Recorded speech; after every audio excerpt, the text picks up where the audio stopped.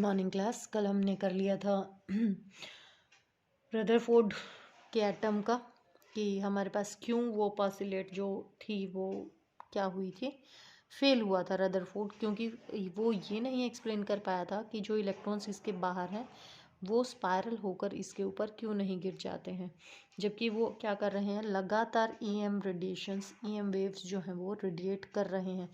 क्योंकि ये हमने ईएम वेव्स में भी पढ़ा था कि अगर अपने पास कोई चार्ज पार्टिकल क्या कर रहा है, चल रहा है, तो वो हमेशा क्या करता है, ईएम वेव रेडिएट करता है।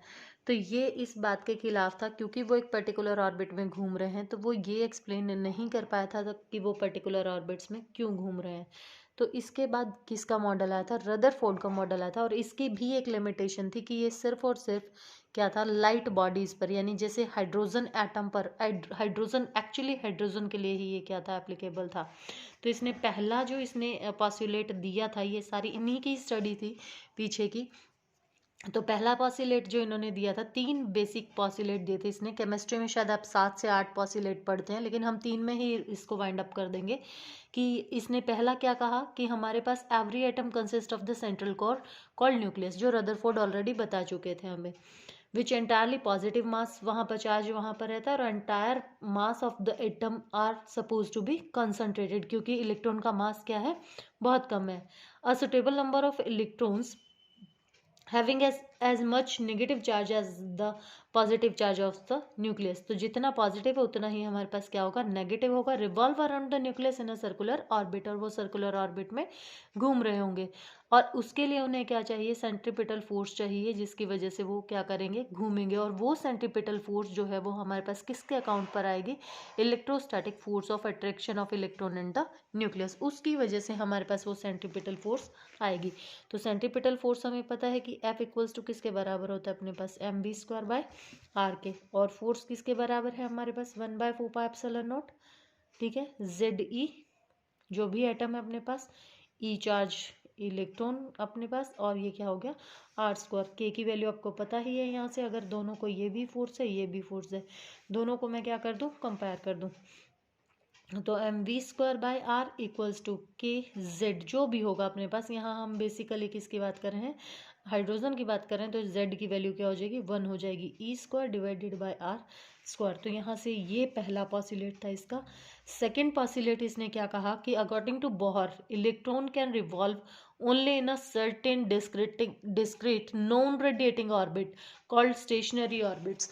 जो जैसे 11th क्लास में आपने क्या करा था, स्टेशनरी वेव्स पढ़ी थी, तो इसने क्या कहा कि यहाँ पर भी अपने पास जो ये जो ऑर्बिट्स होंगे अपने पास, ये कैसे ऑर्बिट होंगे, नॉन रेडिएटिंग ऑर्बिट है, यानी कि इनमें से कोई भी रेडिएशंस नहीं निकल रही, और ये फॉर्मेशन कर रहे हैं किसकी, स्टेशनरी ऑर्बिट्स की। तो इसमें जो एंगुलर मोमेंटम होगा अपने पास इलेक्ट्रॉन्स का, is the integral multiple of h/2π। तो इसने क्या कहा, that angular momentum is equals to the integral multiple of h/2π। तो ये इसके क्या था, सेकेंड पॉस्टुलेट था।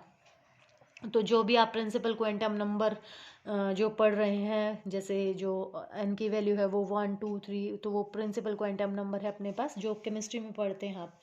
थर्ड इसने क्या कहा कि अगर हमारे पास इलेक्ट्रॉन क्या कर रहा है, किसी एक स्पेसिफिक नॉन रेडिएटिंग ऑर्बिट से दूसरे ऑर्बिट में क्या कर रहा है, जंप कर रहा है, तो वो जो जंप करना उसका होगा, the difference in the total energy of the electrons in the 2 permitted orbit. तो उसमें जितनी भी एनर्जी होगी उसमें से अपने पास हम क्या करेंगे, वो एनर्जी हमारे पास क्या करेगी, या तो एब्जॉर्ब करके आएगी, या फिर वो क्या करेगी, एमिशन करेगी। तो अपने पास जो टोटल एनर्जी है, अगर हम मान लें कि इनर ऑर्बिट है, जैसे अपने पास ये हो गया न्यूक्लियस, ये इनर ऑर्बिट हो गया, मान लो इलेक्ट्रॉन यहाँ है और ये अपने पास आउटर ऑर्बिट है, तो इनर ऑर्बिट की हम मान लेते हैं कितनी, E1, और आउटर ऑर्बिट की जहाँ उसको जाना है उसकी हम मान लेते हैं कितनी, E2। ठीक है, तो अपने पास इस पर अब हम क्या करेंगे, किसी एक सर्टेन फ्रिक्वेंसी की क्या डालेंगे, रेडिएशंस डालेंगे, जिसकी वजह से ये क्या करेगा,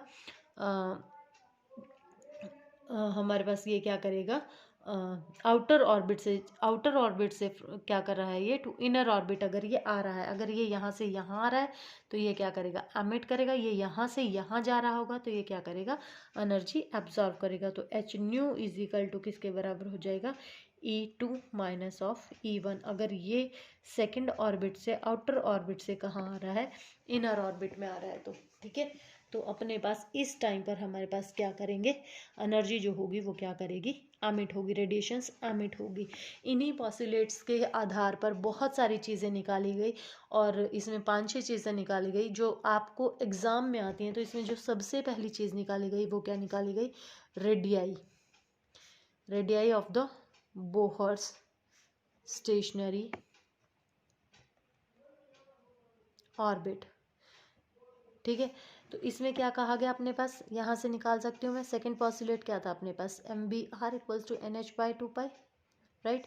यहाँ से अगर V की वैल्यू निकालो तो V की वैल्यू क्या आ गई, NH डिवाइडेड बाई 2πmr। सबकी एक दूसरे में वैल्यूज ही पुट करनी है अपने को यहाँ पर। ठीक है, अब यहाँ पर ये जो वैल्यूज़ हैं अपने पास, ये वैल्यूज़ मैं क्या कर सकती हूँ, जो अपने पास शुरुआत में फॉर्मूला था सेंट्रीपिटल वाला, ये वाला जो फॉर्मूला था, इस फॉर्मूले में मैं V की वैल्यू पुट करके और किसके लिए सॉल्व कर लूँ, R के लिए। अपने को ऐसा बनाना है कि बाकी की सारा जितना भी अपने पास जो क्वांटिटी है वो ऑलमोस्ट हमारे पास क्या आ जाए, कांस्टेंट क्वांटिटी आ जाए। इसीलिए मैंने यहाँ पर V की वैल्यू निकाली है। अब यहाँ पर ये V की वैल्यू पुट करो तो क्या आ जाएगा, n² h² divided by 4π² m² और r। ठीक है, स्क्वायर, एक r ऑलरेडी यहाँ पर था हमारे पास, और ये क्या हो गया, KZE² बाय r²।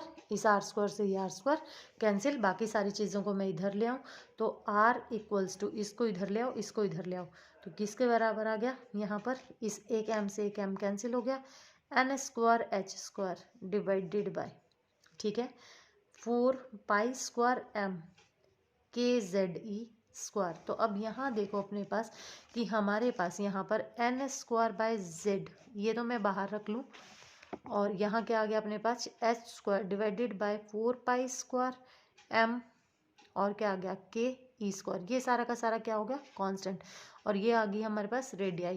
तो यानी कि यहाँ से मैं क्या लिख सकती हूँ, that radius is directly proportional to the square of number of orbit. तो यानी कि फर्स्ट होगा तो अपने पास क्या हो जाएगा 1, सेकंड फोर्थ पर ये रेडियस चल रही है अपने पास, फिर अगर थर्ड ऑर्बिट है तो कितना हो गया 9, फिर फोर्थ है तो कितना हो गया 16। तो ये रेडियस आपकी इस तरीके से क्या करेगी, चेंज होगी। दैट मीन्स कि अब आपको यहाँ से क्वेश्चन कैसे आ सकता है कि आपको ये कह देंगे कि prove that the radius of the orbit of an atom is changing with respect to the ratio of this. तो मैथमेटिकली इसको इस तरीके से प्रूव किया जाएगा, या कह देंगे कि वो कैसे वेरी करती है, उसके लिए आप ग्राफ बनाओ और उसकी वैल्यूज़ निकालो, तो उसकी वैल्यूज़ इस तरीके से निकल जाएंगे। और ग्राफ जो होगा वो कैसे बन जाएगा इसका, यहाँ से हमने O ले लिया, यहाँ अपने पास क्या है R और यहाँ क्या है N, तो इस तरीके से हमारे पास उसका क्या बन जाएगा, ग्राफ बन जाएगा। अभी और कह दें कि वेलोसिटी निकालनी है। अब यहाँ देखो अपने पास जब हमने वेलोसिटी निकाली थी तो यहाँ पर ये एक वेरिएबल क्वांटिटी है, तो हमें बनाना इस तरीके से कि हमारे पास वेरिएबल्स जो है वो कम से कम रहे, कांस्टेंट क्वांटिटीज आ जाए। तो अब अपने पास हमने क्या किया, दोबारा से उसी से ही मैं क्या निकाल लूँ, mv² bye r equals to KZE²। ठीक है, उससे मैं वैल्यू निकाल लूँ r की, तो r इज इक्वल टू क्या आ गया अपने पास, KZE² बाय mv²। ठीक है, यहाँ से r की वैल्यू अपने पास, एक और जो r की वैल्यू थी अपने पास वो क्या आई थी, NH divided by second postulate से, ये फर्स्ट पॉस्टुलेट से, ये सेकेंड पॉस्टुलेट से है, पाई mv। तो ये भी r है, ये भी r है, दोनों को क्या कर दें, कंपेयर कर दें। तो ZE² divided by mv² equals to NH divided by 2πmv।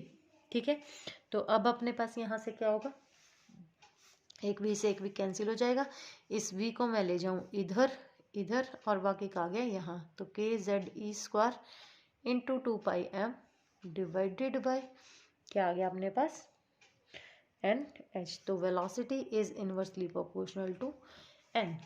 ठीक है, यानी कि अपने पास यहाँ पर वेलोसिटी जो है वो क्या करती चली जाएगी, घटती चली जाएगी।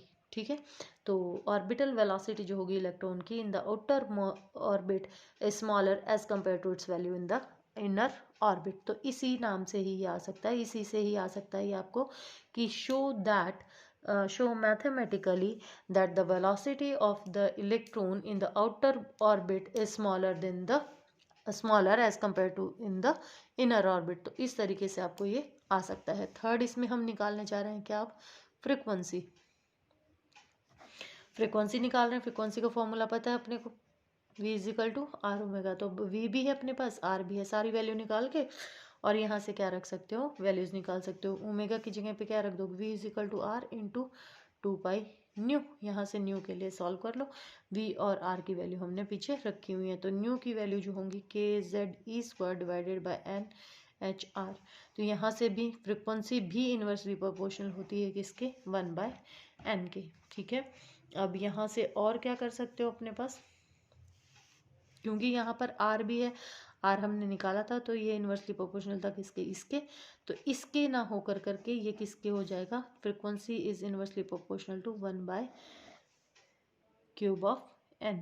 तो frequency of electron in subsequent stationary orbit is smaller. तो ये भी आपको मैथमेटिकली प्रूव करना आ सकता है। अब हम निकालेंगे फोर्थ, हम निकालने जा रहे हैं क्या, टोटल एनर्जी।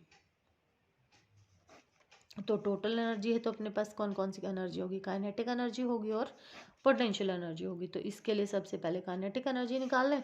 तो फर्स्ट पॉस्टुलेट क्या था, mv² इक्वल्स टू kZe²/r²।